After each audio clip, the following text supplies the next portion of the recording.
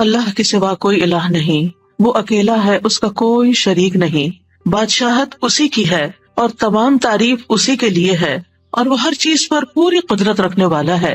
گناہ سے بچنے کی طاقت اور نیکی کرنے کی طاقت اللہ کے سوا کوئی دینے والا نہیں ہے۔ اللہ کے سوا کوئی الہ نہیں، ہم صرف اسی کی عبادت کرتے ہیں، اسی کی ساری نعمتیں ہیں، اسی کا فضل ہے اور اسی کے لیے خوبصورت تعریف ہے۔ اللہ کے سوا کوئی الہ نہیں، ہم اسی کے لیے دین میں اخلاص رکھنے والے ہیں، اگرچہ کافر ناپسند کریں۔ یہ دعا ہم نماز کے بعد پڑھتے ہیں، اور اس میں آپ نے دیکھا کہ صرف اور صرف اللہ تعالیٰ کی حمد و ثنا ہے، اللہ تعالیٰ کی توحید کا بیان ہے، اللہ تعالیٰ کی صفات کا بیان ہے۔ جب بندہ اللہ سبحانہ تعالیٰ کی تعریف کرتا ہے، شرک سے برات اور اللہ تعالیٰ کی عبادت کا اقرار کرتا ہے، تو یہ دعا کی اعلیٰ ترین قسم ہے۔ یہ زبان حال سے انسان پکار رہا ہوتا ہے کہ یا رب میں تیرا محتاج ہوں اور میرے سارے مسائل کا حل صرف اور صرف تیرے ہی پاس ہے، کیونکہ تو ہر چیز پر پوری قدرت رکھنے والا ہے۔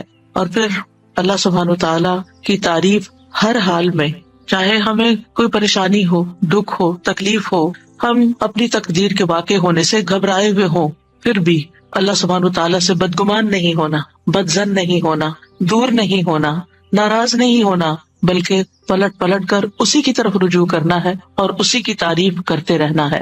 تو ہر قسم کی تعریف صرف اور صرف اللہ ہی کے لیے ہے۔ وہی ہے جو لاچار کی دعا قبول کرتا ہے جب وہ اسے پکارتا ہے، وہی ہے جو مظلوم کی مدد کرتا ہے جب وہ اسے بلند آواز سے پکارتا ہے، اور وہی ہر تکلیف کو ہم سے دور کرتا ہے اور ہر برائی کو ہم سے ہٹا دیتا ہے۔ ہمارا دل اسی کے ذکر سے زندہ ہوتا ہے، ہمارے معاملات اسی کے حکم سے وجود میں آتے ہیں، اور ہماری مشکلات اسی کی رحمت سے دور ہوتی ہیں۔ ہمیں اسی کی دی ہوئی حفاظت سے حفاظت ملتی ہے، اور مشکلات اسی کے آسان کرنے سے آسان ہوتی ہیں۔ ہمیں اطاعت اور عبادت اور دعا کی توفیق بھی اسی کی رحمت سے ملتی ہے، وہی دیتا ہے۔ اس لیے پلٹ پلٹ کر ہمیں اسی کی طرف رجوع کرنا چاہیے، اسی کی طرف لوٹنا چاہیے۔ ہماری زندگی میں بہت سے واقعات ایسے ہوتے ہیں کہ جو ہمیں ناگوار ہوتے ہیں، لیکن وہ ہماری تقدیر کا حصہ ہوتے ہیں۔ ہمیں سمجھ نہیں آ رہا ہوتا کہ ہمارے ساتھ ایسا کیوں ہو رہا ہے، وہ کیا وجہ ہے کہ یہ حادثہ میری زندگی میں ہو گیا ہے، یہ مشکل میرے یہاں پیش آ گئی ہے، یہ اللہ کی دی ہوئی تقدیر میں سے ہے۔ ہمیں جو بھی تکلیف آتی ہے، چاہے انڈیویجولی، چاہے خاندان کی سطح پر، اور چاہے اجتماعی طور پر پوری دنیا میں، چاہے وہ ذاتی طور پر کوئی بیماری ہو یا وہ پھر پینڈیمک ہو، ہر تکلیف صرف اللہ کے اذن سے ہی آتی ہے اور وہ تقدیر کا حصہ ہوتی ہے۔ اللہ سبحانہ تعالیٰ کا ارشاد ہے، ان سے کہیے ہمیں اگر کوئی مصیبت آئے گی تو وہی آئے گی جو اللہ نے ہمارے مقدر کر رکھی ہے، وہی ہمارا سرپرست ہے، اور مومنوں کو اللہ ہی پر توکل کرنا چاہیے۔ یہ ہمارے عقیدہ تقدیر کا ایک حصہ ہے کہ کوئی بھی چیز ہماری زندگی میں نہیں ہوتی مگر یہ کہ وہ اللہ ہی کا فیصلہ ہوتا ہے، تقدیر ہی کا ایک حصہ ہوتا ہے۔ قُلْ لَن يُصِيبَنَا إِلَّا مَا كَتَبَ اللَّهُ لَنَا، کوئی مصیبت آ ہی نہیں سکتی مگر وہ جو اللہ نے پہلے سے لکھ رکھی ہے۔ کہاں؟ لوح محفوظ میں۔ یعنی جو مصیبت آتی ہے، اور پھر صرف مصیبت ہی تھوڑی آتی ہے، بہت سی خیر اور بھلائی بھی پہنچتی ہے۔ تو قُلْ لَن يُصِيبَنَا میں صرف مصائب نہیں ہے، اس میں نعمتیں بھی ہیں۔ جو نعمتیں اور راحتیں آتی ہیں ہماری زندگی میں، وہ سب تقدیر الہی کا حصہ ہیں۔ جب انسان کو یہ معلوم ہوتا ہے کہ اللہ کی طرف سے جو تقدیر میں لکھا ہے وہ ہر صورت میں پورا ہونا ہے، تو انسان کے لیے مصیبت برداشت کرنا آسان ہو جاتا ہے۔ یہ چیز اس کے حوصلے میں اضافہ کر دیتی ہے کہ اللہ سبحانہ تعالیٰ اپنے بندوں پر ظلم کرنے والا نہیں۔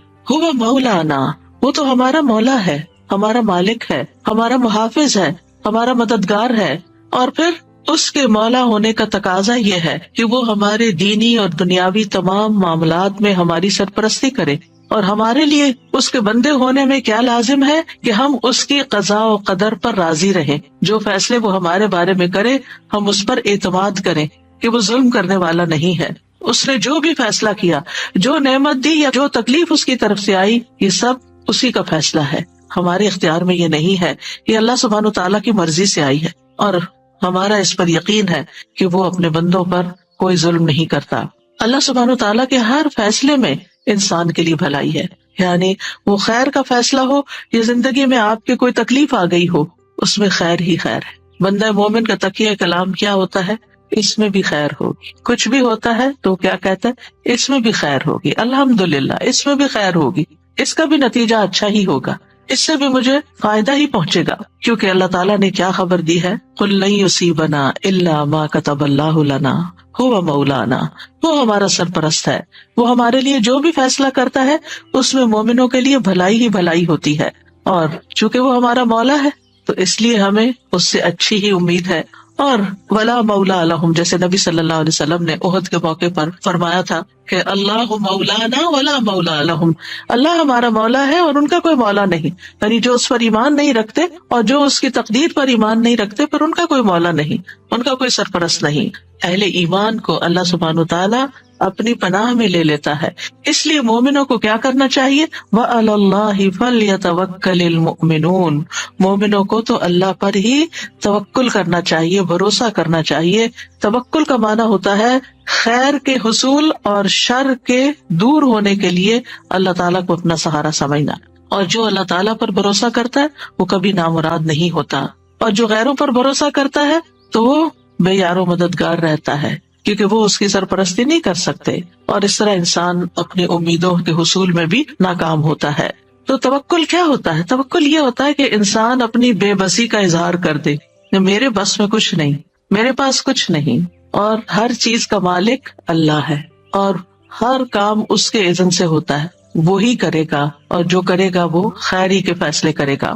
تو دنیا اور آخرت کے فوائد اور نقصانات، کیونکہ توکل کو سمجھنا بڑا ضروری، دنیا اور آخرت کے فوائد اور نقصانات کے معاملے میں دل کا اللہ کی ذات ہی پر اعتماد کرنا، دل کا اعتماد، اور یہ ایمان رکھنا کہ اللہ کے سوا کوئی عطا نہیں کر سکتا اور نہ کوئی روک سکتا ہے، نہ نقصان پہنچا سکتا ہے، نہ نفع دے سکتا ہے۔ اللہم لا مانع لما اعطیت ولا معطی لما منعت ولا ينفع ذا الجد منک الجد، یعنی کوئی بھی فائدہ ہے یا کوئی بھی نقصان ہے، اپنی زندگی میں آنے والے فوائد اور نقصانات دونوں کی طرف نظر کیجئے۔ اس معاملے میں کوئی بھی نقصان ہوا، کوئی بھی تکلیف آئی، کوئی بیماری آئی، کوئی مشکل آئی، کوئی بری خبر سنی، کوئی بھی چیز، یہ اللہ کا فیصلہ ہے، اور پھر دل کا اس بات پر اعتماد ہے، ایمان ہے، یقین ہے کہ اللہ اچھا ہی کرے گا۔ اگر بظاہر نظر آنے والی کسی تکلیف کے ذریعے انجام میرا وہ اچھا کرنا چاہتا ہے تو بھی میں اس کی رضا پہ راضی، اور اگر نفع پہنچا کر وہ مجھے کوئی فائدہ دینا چاہتا ہے تو بھی میں اسی کے شکر گزار ہوں، یعنی اپنا ہر معاملہ اللہ تعالیٰ کے سپرد کر دینا، اور اس بات کا یقین رکھنا کہ اگر اس نے میرے لیے خیر لکھی ہے تو کوئی روک ہی نہیں سکتا، اور اگر اس کی طرف سے میرے لیے کوئی آزمائش یا تکلیف راستے میں ہے تو پھر کوئی اور میری مدد کر ہی نہیں سکتا۔ تو جو شخص اللہ پر بھروسہ کرتا ہے اللہ تعالیٰ اس کے ارادوں کے لیے کافی ہو جاتا ہے۔ یعنی ہم زندگی میں مختلف کاموں کے لیے ارادے کرتے ہیں، نیت کرتے ہیں، ہم سوچتے ہیں کہ ہم کوئی سفر کریں گے، یا ہم کوئی کاروبار کریں گے، یا ہم کوئی ڈگری کریں گے، تو ان تمام ارادوں میں انسان کو طرح طرح کے خوف بھی لاحق ہوتے ہیں، خدشات ہوتے ہیں اس کے دل میں۔ تو پھر جب انسان اپنی سی کوشش کر لیتا ہے، پڑھائی کے لیے محنت کر لیتا ہے، جاب کے لیے محنت کر لیتا ہے، یا ٹریولنگ کے لیے اپنے سارے بندوبست کر لیتا ہے، تو اس کے بعد اس کے دل کو ایک اطمینان ہو جانا چاہیے کہ اب میں نے اپنی طرف سے محنت کر لی ہے، اب اس کے بعد معاملہ میرا اللہ کے سپرد ہے، ہوگا یہ سب کچھ اسی وقت جب اللہ چاہے گا، اور جو وہ چاہے گا وہی میرے حق میں خیر کا فیصلہ ہوگا۔ تو جو اللہ پر بھروسہ کرتا ہے تو اللہ تعالیٰ اس کو شر سے بچا لیتا ہے اور مصیبتوں سے نجات دیتا ہے اور لوگوں کے شر سے بھی محفوظ رکھتا ہے۔ تو ہم سب جانتے ہیں کہ ہمارا اللہ سبحانہ تعالیٰ پر، اس کے رسول پر، اس کے فرشتوں پر، کتابوں پر ایمان کے علاوہ تقدیر پر بھی ایمان ہے کہ ہماری زندگی میں جو کچھ ہو رہا ہے یہ اللہ کے اذن سے ہو رہا ہے، یہ اللہ کے فیصلے ہیں جو ہم پر نافذ ہوئے ہیں۔ ہماری تخلیق کی ابتدا سے لے کر کے ہم لڑکی ہوں یا لڑکا ہوں، ہماری کیا شکل و صورت ہو، ہماری آنکھوں کا رنگ کیسا ہو، ہماری ہائٹ کتنی ہو، ہماری عمر کتنی ہو، ہمارا رزق کیا ہو، یہ سب اللہ سبحانہ تعالیٰ نے ڈیسائیڈ کیا ہے، اور وہ چیزیں ہمیں وقت کے ساتھ ساتھ پہنچ رہی ہیں، وہ چیزیں ہماری زندگی میں ہو رہی ہیں۔ اس پر ایمان رکھنا کہ ان چیزوں کا اصل مالک اللہ ہے، یہ ہمارے لیے بہت ضروری ہے۔ تقدیر کے لیے عربی میں 2 لفظ استعمال ہوتے ہیں، ایک ہے قضاء اور ایک ہے قدر۔ قضاء کا لفظی مطلب ہوتا ہے فیصلہ کرنا، جیسے قاضی ہوتا ہے، اور قدر کا مطلب ہوتا ہے اندازہ مقرر کرنا۔ تو قدر وہ تقدیر ہے جو اللہ سبحانہ وتعالیٰ نے اپنی مخلوقات کے معاملے میں اپنے علم کے مطابق مقرر کر دی ہے، اور قضاء وہ فیصلہ ہے جو اللہ نے اپنی مخلوقات کے معاملے میں کیا ہے اور اس کو حقیقت واقع میں وجود بخشا ہے، یعنی اس کو وجود بھی دیا ہے۔ تو اس بنا پر قضاء اور قدر پر ایمان لانے کا مطلب کیا ہے کہ اللہ سبحانہ وتعالیٰ کے ازلی علم، یعنی جو آئندہ قیامت تک ہونے والا سب اللہ کے علم میں ہے. اور اللہ سبحانہ تعالیٰ کی جاری ہونے والی مشیت یعنی وہی ہوتا ہے جو اللہ چاہتا ہے. اور اس کی قدرت پر ایمان لانا، اس کی قدرت ہر چیز پر محیط ہے، ہر مخلوق پر محیط ہے. تھوڑے سے مشکل الفاظ ہے، سمپل ورڈز میں یوں کہوں گی کہ جیسے تقدیر کیا ہے، اللہ سبحانہ تعالیٰ کا وہ علم ہے جو کسی بھی چیز کے وجود میں آنے سے پہلے ہی اللہ کو پتا تھا کہ کیا کیا ہونے والا ہے. اور اگر یہ اللہ کو نہ پتا ہوتا تو وہ پھر ہمارا رب کیسے ہوتا، یعنی اس کو علم ہی نہیں کہ آئندہ ہونے کیا والا ہے. تو یہ اللہ تعالیٰ کے قدرت کو اور اس کی قوت کو ظاہر کرتا ہے، اس کی طاقت کو ظاہر کرتا ہے کہ اس کے پاس ان سب چیزوں کا پہلے سے ہی علم ہے. اور پھر یہ کہ یہ صرف علم کی حد تک نہیں ہے بلکہ اس کے علم کے مطابق اور اس کا علم جو لکھا ہوا ہے اس کے مطابق یہ فیصلے جاری بھی ہو رہے ہیں. ہوتا وہ ہے جو وہ چاہتا ہے، اس کی مشیت کے مطابق سب کچھ جاری ہوتا ہے. یاد رکھیے تقدیر پر ایمان لانا ارکان اسلام میں سے ہے. قرآن مجید میں آتا ہے انا کل شیء خلقناہ بقدر، یہ دلیل ہے اس کی، ہم نے ہر چیز کو ایک اندازے پر پیدا کیا ہے. سورۃ الاحزاب میں آتا وکان امر اللہ قدرا مقدورا، اور اللہ کا حکم ایک طے شدہ فیصلہ ہوتا ہے، اللہ کا حکم طے شدہ فیصلہ ہوتا ہے. سورۃ الفرقان میں آتا وخلق کل شیء فقدرہ تقدیرا، اللہ نے ہر چیز کو پیدا کیا پھر اس کا اندازہ مقرر کیا. لہٰذا ہم میں سے کون ہے جو ان آیات کو جھٹلا سکتا ہو یا وہ کہے کہ تقدیر وقدیر کچھ نہیں ہوتی. آج کل ایسے لوگ بھی دیکھنے کو ملیں گے کہ جو تقدیر پر ایمان نہیں رکھتے، وہ کہتے تقدیر کچھ نہیں ہوتی، ہوتا وہی ہے جو انسان خود کرتا ہے، آپ کی تقدیر آپ کے اپنے ہاتھ میں. ایسا نہیں ہے. اللہ سبحانہ وتعالیٰ کیا فرما رہے وَخَلَقَ كُلَّ شَيْءٍ فَقَدَّرَهُ تَقْدِيرًا، اللہ نے ہر چیز پیدا کی پھر اس کی تقدیر مقرر کی. تقدیر قدر سے، قدر کا مطلب کیا تھا؟ اندازہ کرنا کہ کتنی بڑی ہوگی، کتنی چھوٹی ہوگی، کیا اس کی ایج ہوگی، کیا کرے گی، کیا فائدہ دے گی، کیا نقصان دے گی، یہ سب اس کا مقرر کردہ ہے. تقدیر پر ایمان کے 4 ارکان ہوتے ہیں، یہ 4 مراتب ہوتے ہیں. پہلا مرتبہ اللہ کے علم پر ایمان لانا کہ اللہ تعالیٰ علم رکھتا ہے. دوسرا اس بات پر ایمان لانا کہ قیامت تک جو کچھ ہونے والا ہے اس نے لوح محفوظ میں لکھ دیا ہے، یعنی اللہ کا علم یہ لکھا ہوا ہے. تیسرا اللہ کی مشیت اور ارادے پر ایمان لانا جو اس کی قدرت کاملہ کے مطابق نافذ ہونے والا ہے، یعنی اللہ سبحانہ تعالیٰ کا ارادہ ہے اور اس کا ارادہ پورا ہوتا ہے. چوتھا اللہ نے ہر مخلوق کو پیدا کیا ہے اور اس تخلیق میں اس کا کوئی شریک نہیں. تو ہمارا اس بات پر ٹھوس ایمان ہے کہ اللہ سبحانہ تعالیٰ اپنے ازلی سے مطلب ہے کہ بگننگ سے علم کی بنا پر ہر چیز کو جانتا ہے، جو کچھ ہو چکی، جو ہو رہی ہے، جو آئندہ ہونے والی ہے، سب کچھ اس کے لیے غیب اور حاضر کیا ہے؟ برابر ہے. پھر یہ کہ اللہ کا علم مخلوق کے علم جیسا نہیں، اللہ کے علم نے ہر چیز کو گھیر رکھا ہے.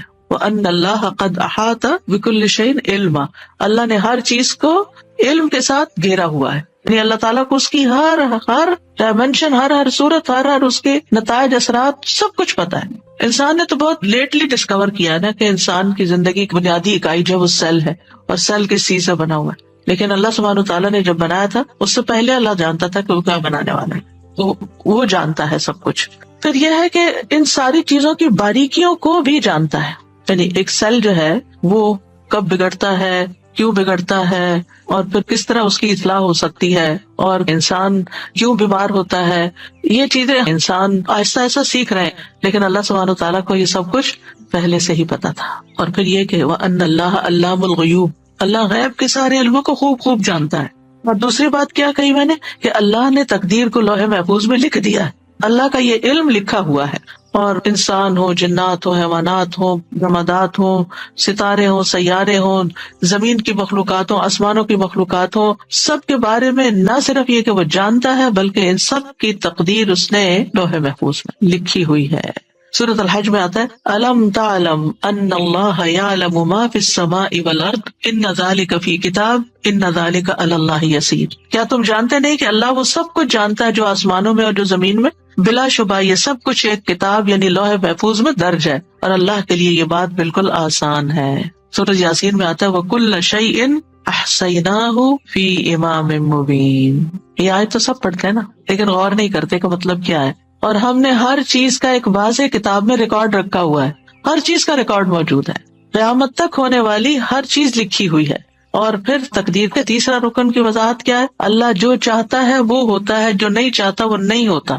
اب دعا کے ساتھ اس کا کیا ریلیشن ہے؟ یعنی آپ سوچ رہے ہوں گے کہ ہم تو دعائیں سیکھنے کے لیے آئے اور یہ میں عقیدہ تقدیر پڑھانے بیٹھ گئی.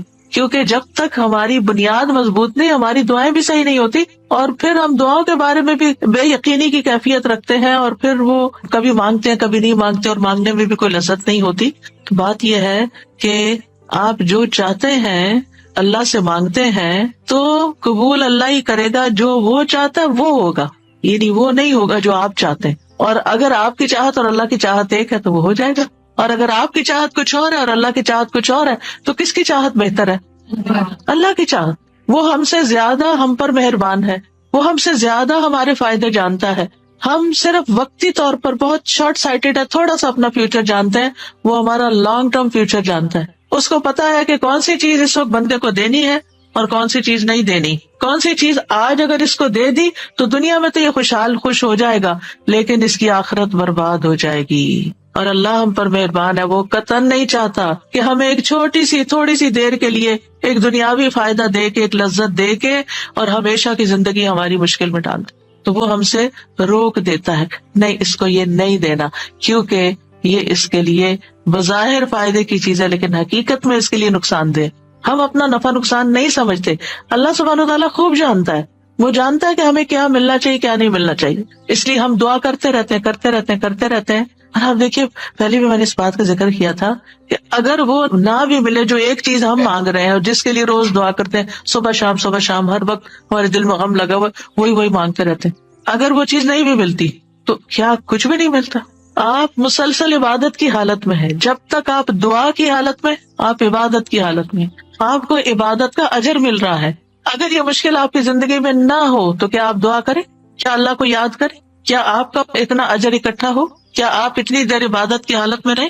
تو اس میں بھی اللہ تعالیٰ کی مصلحت ہے کہ وہ کچھ دعاؤں کی قبولیت کو مؤخر کر دیتا ہے کہ یہ بندہ اور زیادہ دعائیں کرے. بعض لوگوں کی مناجات، بعض لوگوں کا رونا اللہ کے آگے، بعض لوگوں کا فریادیں کرنا اللہ کے آگے اللہ تعالیٰ کو بہت پسند آتا ہے، اور وہ چاہتا ہے کہ یہ بندہ کچھ دیر اور اسی حال میں رہے، ایسی ہی دعائیں کرے. کیونکہ جب ہر چیز ملی بھی ہوتی ہے نا تو بس ایک روٹین کی نماز ہوتی ہے، روٹین کی دعائیں ہوتی ہیں جس میں کوئی دل نہیں لگا ہوتا ہمارا. لیکن جب کسی مشکل میں ہوتے ہیں تو پھر ہم گڑ گڑا کے مانگتے ہیں، پھر رو کے مانگتے ہیں، پھر چپ کے مانگتے ہیں، پھر تنہائی میں مانگتے ہیں، پھر سب کے بیچ میں اجتماعی دعا کرتے ہیں، پھر کسی سے ریکویسٹ کرتے ہیں کہ آپ ہمارے لیے دعا کریں. اور آپ دیکھیے بندہ مومن جب پریشانی کی حالت میں ہوتا ہے تو گناہ جھڑنا شروع ہو جاتے ہیں. ایک اور فائدہ ہو رہا ہے، یعنی آپ ڈیٹاکس ہو رہے ہیں، آپ صاف ہوتے جا رہے ہیں. آپ کے اعمال نامے میں وہ لکھا چلا جا رہا ہے، آپ کا اعمال نامہ وزنی ہو رہا ہے. اگر دعا قبول نہ ہونے کے فائدے آپ گننا چاہیں آپ حیران ہو جائیں کہ یار اب میں تو ایک چیز مانگ رہا تھا اور اگر آپ نے وہ نہیں دی تو اس کے بدلے میں اتنی ساری چیزیں دے دی مجھے، تو اللہ سبحانہ وتعالیٰ پر اور پیار آتا ہے. تو بہرحال یہ یاد رکھیے، ہم چاہے ساری دنیا کی مدد حاصل کر لیں لیکن ہونا وہ ہے جو اللہ چاہتا ہے. یہ ہے تقدیر، اور یہ ہے تقدیر کے ساتھ ہمارا رشتہ دعا کا، کہ اس لیے ہمیں پلٹنا اسی کی طرف ہے. اور یہ آپ کو معلوم ہے نا کہ دعا تقدیر کو بدل دیتی ہے. تو ہونا وہ نا جو اللہ چاہتا ہے. تو پھر آپ اللہ کے آگے گڑ گڑائیں. اگر اللہ تعالیٰ نے کچھ لکھا ہوا بھی ہے تو قلم اسی کے حکم سے چلتا ہے. یمحو اللہ ما یشاء ویثبت، اللہ جس چیز کو چاہتا ہے مٹا دیتا ہے، جو چیز چاہتا ہے اس کو ثابت رکھتا ہے. ہر چیز اس کے اختیار میں، لہذا اس سے مانگتے چلے جائیں. یعنی یہ بات ہمارے دلوں میں راسخ ہو جانی چاہیے، ہونا وہ ہے جو اللہ نے کرنا ہے. کوئی نہ میری بگاڑ سکتا ہے نہ میری بنا سکتا ہے، اور یہی عقیدہ توحید ہے. کوئی میرا کچھ نہیں بگاڑ سکتا، کوئی مجھے کچھ فائدہ نہیں دے سکتا جب تک اللہ نہیں چاہے گا. تو اس کا مطلب یہ ہے کہ آپ نے اپنی ہر چیز کو کس کے ساتھ کنیکٹ کر دیا؟ اللہ کے ساتھ. یہی تو عبادت ہے، یہی عبادت ہے.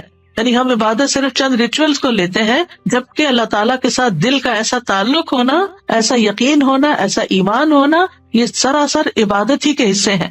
پھر آپ دیکھیے کہ قرآن مجید میں اللہ تعالیٰ فرماتے ہیں وَرَبُّكَ يَخْلُقُ مَا يَشَاءُ وَيَخْتَارُ، اور آپ کا رب جو چاہتا ہے پیدا کرتا ہے اور جسے چاہتا ہے منتخب کرتا ہے.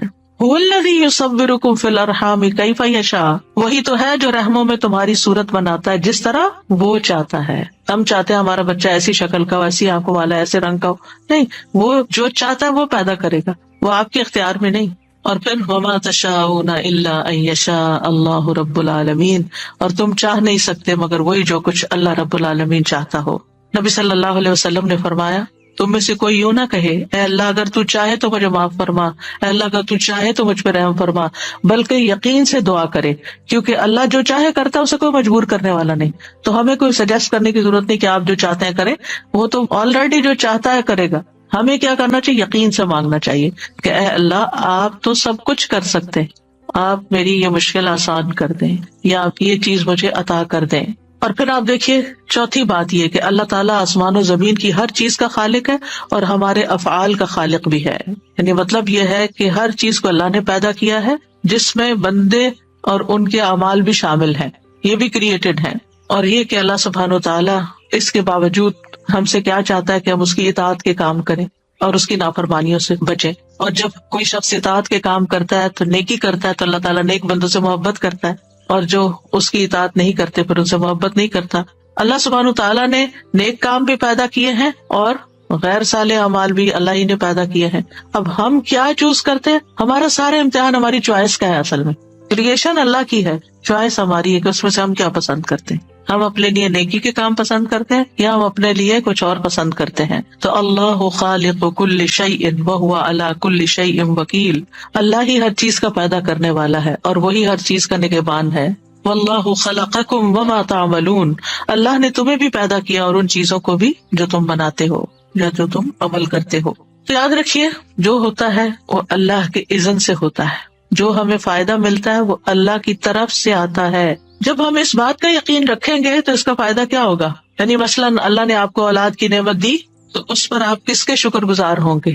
اللہ تعالیٰ کے شکر گزار ہوں گے۔ یہ شکر کیا کرے گا؟ نعمتوں میں اضافہ کرے گا، اللہ کی رضا کا سبب بنے گا۔ اللہ نے آپ کو مال دیا، رزق دیا، اچھا ٹھکانہ دیا، تو جب آپ کو یہ پتا ہوگا کہ یہ اللہ نے دیا ہے تو پھر آپ ان میں سے ہر نعمت پر شکر ادا کرتے رہیں گے۔ اور جو شکر ادا کرتا ہے وہ سب سے زیادہ خوشحال انسان ہوتا ہے، کیونکہ وہ نعمتوں کو دیکھ رہا ہوتا ہے۔ جو ناشکرے لوگ ہوتے ہیں نا، ان کی سب سے بڑی سزا ہی ناشکرا پن ہے کہ ان کو نعمتیں نظر نہیں آتی۔ ان کے آس پاس نعمتوں کے ڈھیر ہوتے ہیں لیکن وہ نہ ان کا دیکھنا انجوائے کرتے ہیں، نہ ان کی پریزنس کو فیل کرتے ہیں کہ اللہ کا شکر ہے یہ ہے۔ ان کو صرف نظر آ رہا ہوتا ہے جو نہیں ہوتا۔ اولاد ہے، اس کی پریزنس ایک نعمت ہوتی، ان سے پوچھے جن کے پاس نہیں ہے۔ لیکن اگر ان میں کسی قسم کی کوئی کمی ہے یا ان کے ساتھ کوئی مشکل ہے تو ہم صرف وہی دیکھتے رہتے ہیں۔ اور اللہ نے چونکہ ہر چیز کا ایک وقت مقرر کر رکھا ہے نا، اس وقت کے آنے پر اولاد کو بھی وہ چیز مل جائے گی، ان کا بزنس فلرش کر جائے گا، ان کی جاب لگ جائے گی، ان کی ڈگری پوری ہو جائے گی، ان کی شادی ہو جائے گی، ان کے بچے ہو جائیں گے۔ ہر چیز کا ایک وقت ہے بھائی، اس نے اپنے وقت پر ہی ہونا ہے۔ لیکن ہم چونکہ وقت سے پہلے چاہتے ہیں اس لیے ہم پریشان رہتے ہیں اور پھر شکر ادا نہیں کرتے کہ الحمدللہ صحیح سلامت ہے۔ اگر یہ بیمار پڑے ہوتے اور ہمیں ان کی خدمت کرنی پڑ جاتی، آپ دیکھیے ان پیرنٹس کو جن کے بچے اسپیشل بچے ہیں اور وہ اب تک اپنے والدین کی مدد کے محتاج ہیں۔ آپ نے بھی ایسی مائیں دیکھی ہوں گی، ان کی زندگی میں صرف وہی چیز رہ جاتی ہے، یعنی وہ اپنا آپ بھی بھول جاتی، وہ ہماری طرح آزادی سے گھوم پھر نہیں سکتی، انجوائے نہیں کر سکتی۔ تو اگر انسان دنیاوی معاملات میں اپنے سے نیچے والوں کو دیکھے تو اس کے دل کو قرار آ جائے کہ شکر ہے تو نے مجھے صحیح سلامت بچہ دیا ہے۔ کیا ہوا اگر اس بچے کو آپ نے یہ نہیں دیا، جو بھی چیز اس کی زندگی میں کمی ہے؟ کیونکہ عموماً مائیں اپنے سے بھی زیادہ اپنے بچوں کی زندگی میں جو کمی ہوتی ہے اس کا غم قائم رکھتی ہیں۔ اور اگر ہم تھوڑا سا اپنا طریقہ بدل لیں، انہی بچوں کے بارے میں شکر ادا کرنا شروع کر دیں، اللہ تیرا شکر ہے تو نے دیا، اللہ تیرا شکر ہے زندگی ہے، صحت ہے، سلامتی ہے، اللہ تیرا شکر ہے۔ اب دیکھیے اس شکر کے بنا پر اللہ سبحانہ وتعالیٰ آپ کو وہ بھی دے دے گا جو اب تک نہیں ملا، جو آپ مانگ رہے ہیں، کیونکہ شکر نعمتوں کو کھینچ لاتا ہے۔ اور ناشکری ہر وقت غم دکھ کی فریاد کرتے رہنا، ہر وقت پریشان رہنا یہ نعمتوں کو اور دور کر دیتا ہے۔ تو یاد رکھیے تقدیر پر ایمان لانا ہماری ایمان کا حصہ ہے، اور ایمان کی حقیقت اس وقت تک نہیں انسان کو پتہ چلتی جب تک وہ تقدیر پر ایمان نہیں رکھتا۔ ابو درداء کہتے ہیں نبی صلی اللہ علیہ وسلم نے فرمایا ہر چیز کی ایک حقیقت ہوتی ہے اور کوئی شخص اس وقت تک ایمان کی حقیقت کو نہیں پہنچ سکتا جب تک اسے یہ یقین نہ ہو جائے کہ اسے جو چیز پہنچی ہے یعنی اچھی یا بری وہ اس سے خطا نہیں ہو سکتی تھی، اور جو چیز خطا ہو گئی وہ اسے پہنچ نہیں سکتی تھی، مل ہی نہیں سکتی تھی۔ یعنی جو شخص اس بات کو سمجھ جاتا ہے، یعنی جو دعا قبول ہو گئی وہ ہونی ہی تھی اور جو نہیں ہوئی اس نے نہیں ہونا تھا۔ تو جب تک انسان کو یہ بات سمجھ نہ آئے تو اس وقت تک وہ ایمان کی حقیقت کو نہیں پہنچتا۔ یعنی ایمان اس بات کا تقاضا کرتا ہے کہ اللہ سبحانہ تعالیٰ کی کمپلیٹ اتھارٹی پر انسان کا ایمان ہو، کہ اصل قادر مطلق، یہ کیوں کہتے ہیں قادر مطلق؟ مطلق ہوتا ہے ایبسلیوٹ، اصل تو قدرت اس کے پاس ہے. یاد رکھیے جو شخص تقدیر کو جھٹلائے اس کے اعمال قبول نہیں ہوتے. نبی صلی اللہ علیہ وسلم نے فرمایا 3 لوگوں سے اللہ نہ کوئی فرض قبول کرے گا نہ نفل. نمبر 1 والدین کا نافرمان، نمبر 2 احسان جتانے والا، اور نمبر 3 تقدیر کو جھٹلانے والا. عمل ہی قبول نہیں ہوتے.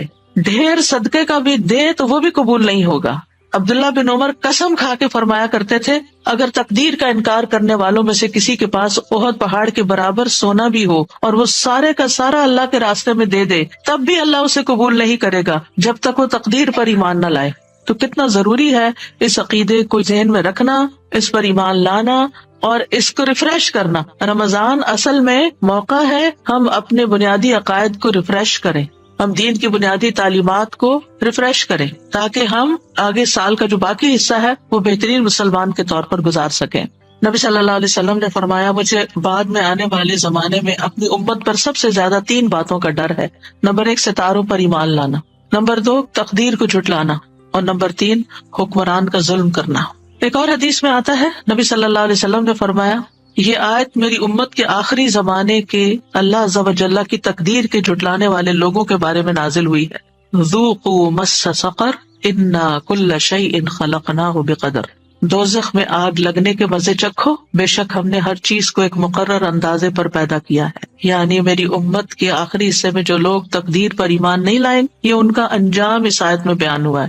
آپ کو معلوم ہے نا کہ قرآن کی سب سے پہلی تفسیر خود نبی صلی اللہ علیہ وسلم نے کی کہ کس آیت کا مطلب کیا ہے. کچھ عمل سے کی اور کچھ زبان سے کی، اور پھر جو علم آپ نے آگے صحابہ کو دیا ان میں سے حضرت عبداللہ بن عباس مفسر قرآن ہے. یعنی یہ جو سورۃ القمر کی آیات ہے 48-49 ذوقوا مس سقر، جہنم کی آگ لگنے کا مزہ چکھو، انا کل شیء خلقناہ بقدر، ہم نے ہر چیز کو ایک مقرر اندازے میں پیدا کیا، ہم نے ہر چیز کی تقدیر مقرر کی ہے. پھر اسی طرح آپ صلی اللہ علیہ وسلم نے فرمایا جنت میں والدین کا نافرمان، جادو پہ ایمان رکھنے والا، عادی شراب خور اور تقدیر کو جھٹلانے والا داخل نہ ہوگا.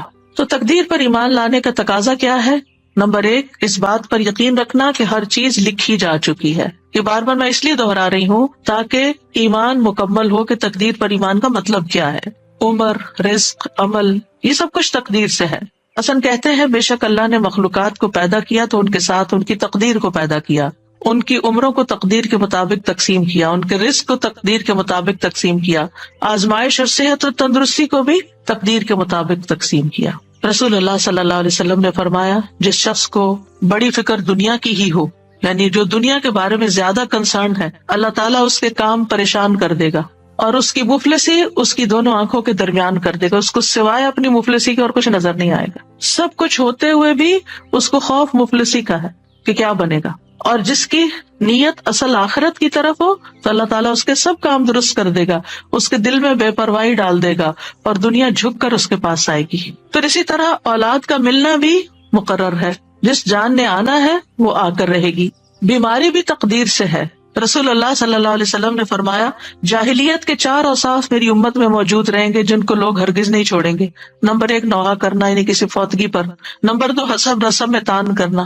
سبحان اللہ، اچھے خاصے پریکٹسنگ مسلم ہوتے ہیں، بچوں کی شادی کا موقع آتا ہے ہم پٹھان میں شادی نہیں کریں گے، ہم فلاں میں شادی نہیں کریں گے، اور لوگوں کو کم ذات ہونے کے تانے دینا، حالانکہ سب کو خانے آدم کی اولاد ہے، یہ سب کی ذاتیں وہیں جا کے ملتی ہیں. نمبر 3 بیماری کو متعدی قرار دیتے ہوئے کہنا ایک خارچی اونٹ کی وجہ سے 100 اونٹوں کو خارش لگ گئی. سوال یہ کہ پہلے اونٹ کو خارش کس نے لگائی؟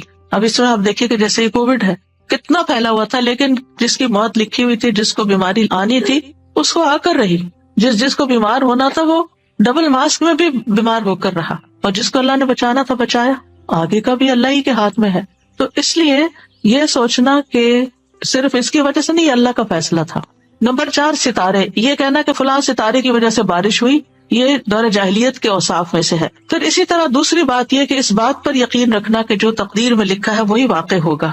ما اصاب من مصیبت فی الارض ولا فی انفسکم الا فی کتاب من قبل ان نبرأها ان ذلک علی اللہ یسیر لکی لا تأسوا علی ما فاتکم ولا تفرحوا بما آتاکم واللہ لا يحب کل مختال فخور. کوئی مصیبت نہ زمین پر پہنچتی ہے اور نہ تمہاری جانوں پر مگر وہ کتاب میں لکھی ہے. جس نے آنا ہے نا اس نے آنا ہے، اس سے پہلے کہ ہم اسے پیدا کریں. یقیناً یہ اللہ پر بہت آسان ہے، تاکہ تم نہ اس پر غم کرو جو تمہارے ہاتھ سے نکل جائے یعنی اس چیز پر غم نہ کرو جو چلا جائے، اور نہ اس پہ اکڑو جو تمہیں عطا کر دے. اور اللہ کسی تکبر کرنے والے، بہت فخر کرنے والے سے محبت نہیں کرتا. تو اس سے کیا پتا چلتا ہے کہ اگر کوئی تکلیف آ جائے، کوئی بیماری آ جائے تو کیا کریں؟ ایک لفظ یاد رکھیں، مکتوب. مکتوب لکھا ہوا تھا، اسے آنا تھا، یہ اللہ کا فیصلہ ہے. رضیت باللہ ربا وبالاسلام دینا وبمحمد نبی. مثلاً آپ کو فلو ہو گیا، آپ کہتے میں نے تو فلو شاٹ بھی لگوایا تھا، میں تو اتنی احتیاط بھی کی تھی، فلو کیوں ہو گیا؟ اللہ کا فیصلہ ہو گیا، مکتوب لکھا ہوا تھا. آپ سمجھتے ہیں آپ کے حق میں برا ہوا؟ نہیں، برا نہیں ہوا. اس کے ذریعے معلوم نہیں کتنی اور بیماریاں آپ کے جسم سے نکل جائیں. اللہ کو پتا ہے نا، اللہ کو آپ سے پیار ہے، وہ بڑی مصیبت سے بچانے کے لیے آپ کو چھوٹی مشکل میں ڈال دیتا ہے، اور 7 گناہ بھی جڑتے چلے جاتے ہیں، اور آپ کا اللہ تعالیٰ کی طرف رجوع بھی ہو جاتا ہے. اور یاد رکھیے کہ انسان کبھی بھی اللہ تعالیٰ کے بارے میں بدگمانی نہ کرے کہ اللہ نے مجھے بیمار کر کے میرے ساتھ اچھا نہیں کیا. نیور. کیونکہ اللہ تعالیٰ کا ہر فیصلہ عدل پر مبنی ہے، حکمت پر مبنی ہے. یہ بھی ہم نے یاد رکھنا. تکلیف آئے تو کیا سوچنا ہے؟ اللہ نے میرے ساتھ ظلم نہیں کیا، یہ اللہ کا عدل ہے، یہ اللہ کی حکمت ہے. اس کی حکمت اللہ ہی جانتا ہے. بہرحال میں یہ یقین رکھتی ہوں کہ اس کا یہ فیصلہ ہمارے حق میں ٹھیک ہی ہے، بہتر ہی ہے. ابن دلمی کہتے ہیں میں ابی ابن کعب کے پاس حاضر ہوا اور ان سے کہا میرے دل میں تقدیر سے متعلق کچھ شکوک و شبہات پیدا ہو گئے ہیں، آپ اس بارے میں مجھے بتائیں، شاید اللہ تعالیٰ میرے دل سے ان شبہات کو نکال دے. ابی رضی اللہ عنہ نے فرمایا اگر اللہ آسمان والوں اور زمین والوں کو عذاب دینا چاہے تو دے سکتا ہے، اور وہ ان پہ ظلم کرنے والا نہیں ہوگا. اور اگر وہ ان پر رحم فرمائے تو اس کی رحمت ان کے لیے ان کے اعمال سے بہتر ہے. اور اگر تم احد پہاڑ برابر سونا بھی خرچ کر دو تو جب تک تم تقدیر پر ایمان نہ لاؤ گے اللہ تعالیٰ اس کو قبول نہیں کرے گا. اور جب تک تم یہ نہ جان لو کہ تمہیں جو کچھ پہنچا ہے وہ تم سے خطا ہونے والا نہیں تھا، اور جو تمہیں نہیں پہنچا وہ تمہیں ہرگز ملنے والا نہیں تھا، اور اگر اس اعتقاد کے بغیر تم مر گئے تو جہنم میں جاؤ گے. ابن دلمی کہتے پھر میں عبداللہ بن مسعود کے پاس آیا، انہوں نے بھی یہی بات کہی جو ابی رضی اللہ عنہ نے کہی تھی. کہتے ہیں اس کے بعد پھر میں حذیفہ بن یمان کے پاس گیا اور انہوں نے بھی وہی بات کہی جو پہلے دو نے کہی تھی. پھر میں زید بن ثابت کے پاس گیا، انہوں نے بھی وہی کہا جو اوپر تینوں نے کہا، اور انہوں نے بھی نبی صلی اللہ علیہ وسلم سے اسی طرح کی بات روایت کی.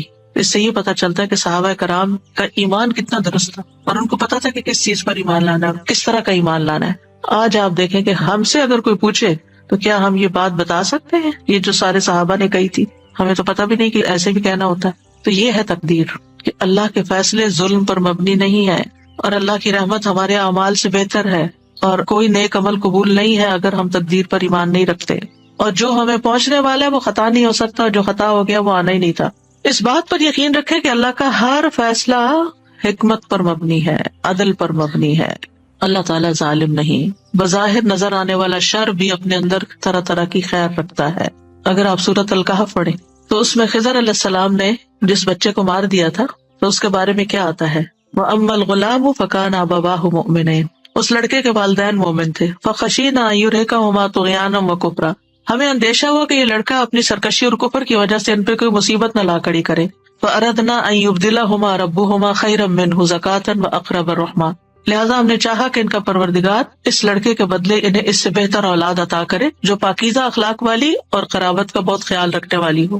روایات میں آتا ہے کہ اللہ تعالیٰ نے اس کے بدلے ان کو بیٹی عطا کی تھی. اب کسی کا بیٹا فوت ہو جائے اور بیٹی پیدا ہو جائے تو بظاہر وہ کیا سمجھے گا کہ میرے ساتھ تو بڑی زیادتی ہو گئی، لیکن یہاں پر بیٹی کا پیدا ہونا یعنی سرکش بیٹے کے بدلے میں اللہ نے ان کو نیک بیٹی عطا کی جو پاکیزہ اخلاق والی اور قرابت کا بہت خیال رکھنے والی. اور یہ تو ہم نے دیکھا ہے نا کہ جس طرح بیٹیاں ماں باپ کا خیال رکھنے والی ہوتی ہیں اور کیئر کرنے والی ہوتی ہیں عمومی طور پر، اللہ ماشاء اللہ عمومی طور پر بیٹے ایسے نہیں ہوتے.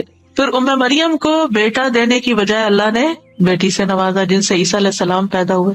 کتنی بڑی سعادت تھی ان کی.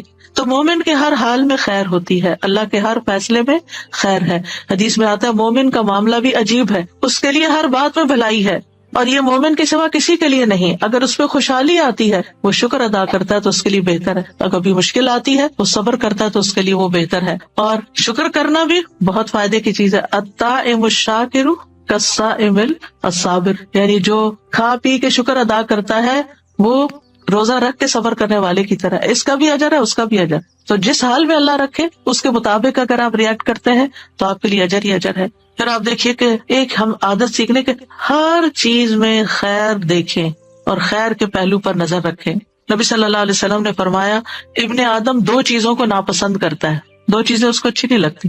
نمبر ایک موت کو، حالانکہ مومن کے لیے موت فتنوں سے بہتر ہے.